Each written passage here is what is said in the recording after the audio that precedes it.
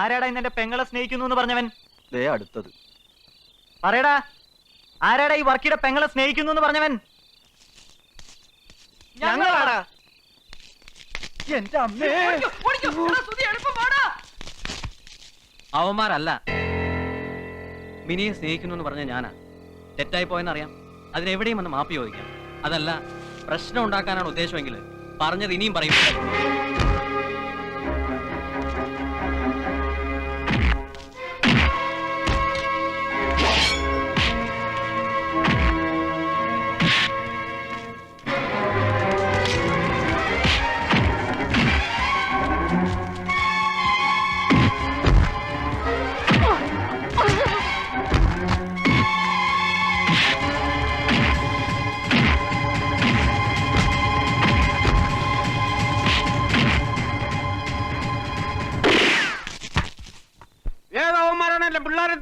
അയ്യോ, ആ വട്ടനാ, വാ, വാ, വേഗം.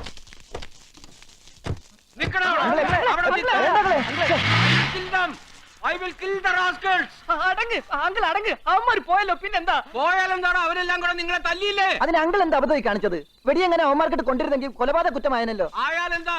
ഒരു കോടതിക്ക് എന്നെ ശിക്ഷിക്കാൻ പറ്റില്ല. I am mental.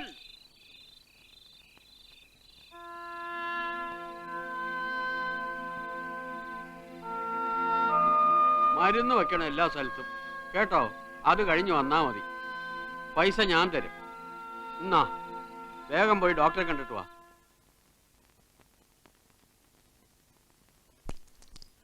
കർത്താവേ, സക്സസ് സക്സസ്.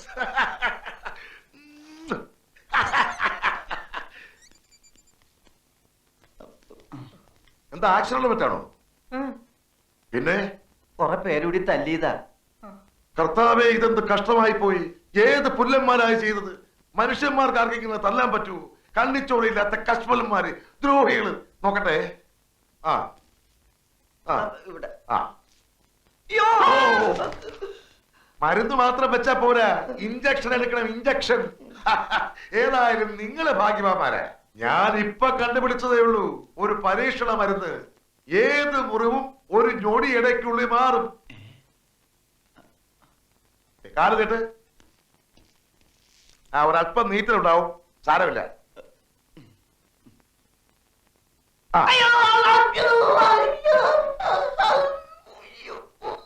ഞാൻ പറഞ്ഞില്ലേ കുറച്ച് നീറ്റല് കാണുമെന്ന്. ഒന്ന് കടിച്ചു പിടിച്ചു നിന്നോ.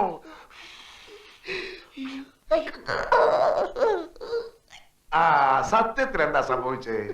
ഒരു പെൺകുട്ടിയെ സ്നേഹിക്കാൻ ശ്രമിച്ചു നോക്കിയതാ.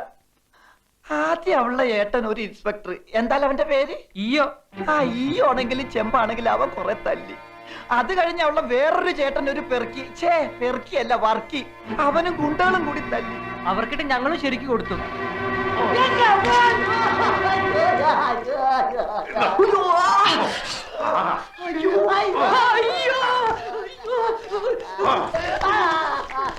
എടാ, ആ വർക്കിയുടെ ചേട്ടൻ ഇയ്യോയുടെ ചേട്ടൻ കുട്ടപ്പായ ഡോക്ടറാണ് ഞാൻ.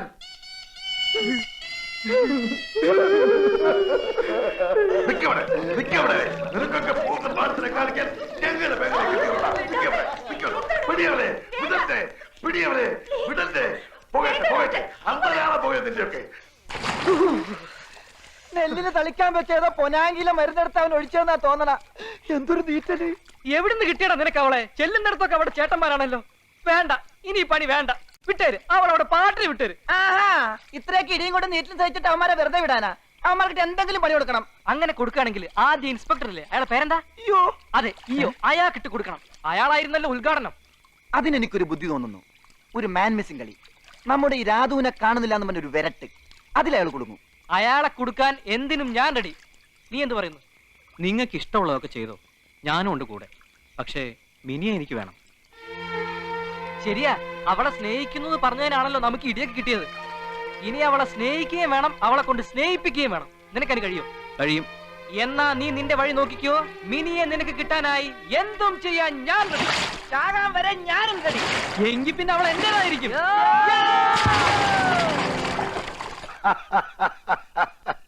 ഒയ്യോ, അവന്മാരുടെ ആ പുകച്ചിലും ഓട്ടോ ഒക്കെ കാണാൻ നിങ്ങളവിടെ ഇല്ലാതായി പോയല്ലോടാ. എന്റെ അയ്യോ, കുട്ടിച്ചാൻ ചെയ്തത് കറക്റ്റ്. കുട്ടിച്ചായ മിനി ഒന്ന് ദേഷ്യത്തിൽ നോക്കിയ പോലുമില്ല. കൊടുക്കേണ്ടോ മാർക്കിട്ട് കൊടുത്തു. ഇയോ ചായനോ?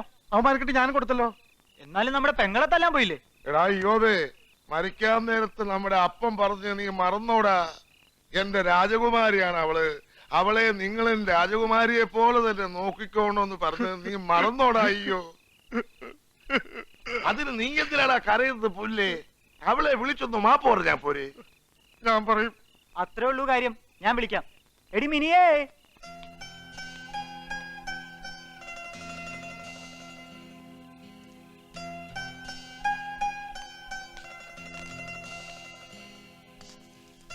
എടിയെ, ഈ ചായ നിന്നോട് ദേഷ്യപ്പെട്ടതൊക്കെ മറക്ക്. വേണ്ട, ഒന്നും പറയണ്ട. അങ്ങനെ പറയാതടാ. ഈ ചായന് മാപ്പ് തന്നില്ലെന്ന് പറഞ്ഞ സങ്കടമാ, വലിയ സങ്കടമാ. നീ എല്ലാം മറന്ന് ചിരിച്ചില്ലെങ്കിൽ വീട്ടിൽ ഒരു സുഖം ഉണ്ടാവൂല. ഒന്ന് ചിരിക്കടാ, ഒന്ന് ചിരിക്ക്. ഡാഡി, ഡാഡി, മിനിയാന്റെ ഇക്ലിട്ടാ മതി, ചിരിക്കും. ഞങ്ങൾ ഒന്ന് ഇക്ലിട്ട് തരട്ടെ?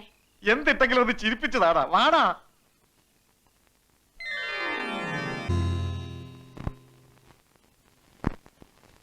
മിനി, കാര്യങ്ങളൊക്കെ അറിഞ്ഞു. വഴിയിൽ വെച്ച് അങ്ങനെ പറഞ്ഞോന്റെ പേര് സുധീഷ് കുമാർ. സുധി എന്ന് വിളിക്കും.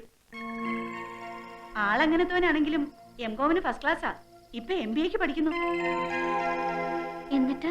എന്നിട്ടെന്താ, ഈയോച്ചായ സ്റ്റേഷനിലിട്ട് ശരിക്കങ്ങ് കൊടുത്തു. അതിനേക്കാൾ കൂടുതൽ വർക്കിയും കൊടുത്തു. അടികൊണ്ട് പൊട്ടിയടത്തെ മരുന്ന് വയ്ക്കാനാ മണ്ടന്മാര് ചെന്നത് കുട്ടിച്ചന്റെ ഡിസ്പെൻസറിയിലാ. അവിടുന്ന് കിട്ടി ശരിക്ക്. ഇനി അടുത്ത കാലത്ത് ആരും മിനിയെ ശല്യപ്പെടുത്താൻ വരില്ല, അത് ഉറപ്പാ.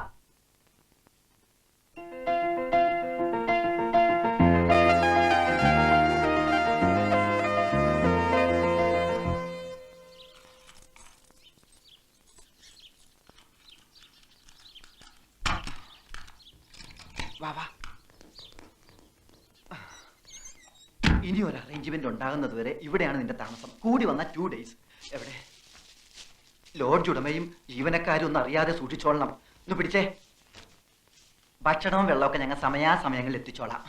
ഇവിടെ അങ്ങനെ ആരും വരാറില്ല. അഥവാ വന്നാൽ തന്നെ ദേ ഇതിന്റെ അടിയിൽ ഒളിച്ചോളണം. ഇതിന്റെ അടിയിൽ ഒളിച്ചോളണമെന്ന് പറഞ്ഞത് കേട്ടാ?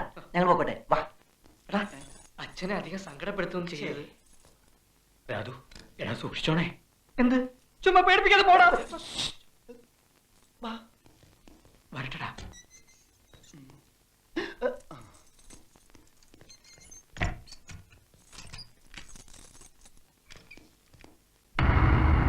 എന്തൊക്കെയാണോ താനീ കാണിച്ചു വെച്ചിരിക്കുന്നത്? ആരുടെ പരാതിയുടെ പുറത്താ താനാ പിള്ളേരെ അറസ്റ്റ് ചെയ്തേ? 3 മണിക്കൂർ സ്റ്റേഷനിൽ കൊണ്ടിടിച്ചതിന് കോൺസ്റ്റബിൾമാർ സാക്ഷികളാ. താൻ എന്നിട്ട് എന്താ കേസ് രജിസ്റ്റർ ചെയ്യാൻ? ഇപ്പോഴതിലൊരുത്തനെ കാണുന്നില്ല, പോലീസ് മർദ്ദനത്തിൽ മരിച്ചതായി സംശയിക്കുന്നു എന്നൊക്കെ പറഞ്ഞാണ് തമ്പുരാൻ സാർ പരാതി തന്നിരിക്കുന്നത്. വലിയ പിടിപാടൊക്കെ ഉള്ള ഒരു കുഴപ്പക്കാരനാ അദ്ദേഹം. എവിടെയെങ്കിലും പോയി പയ്യനെ കണ്ടുപിടിച്ചോണ്ട് വന്ന് കേസ് ഒതുക്കിയില്ലെങ്കിൽ തന്നെ സസ്പെൻഡ് ചെയ്യാതിരിക്കാൻ എനിക്ക് പറ്റില്ല.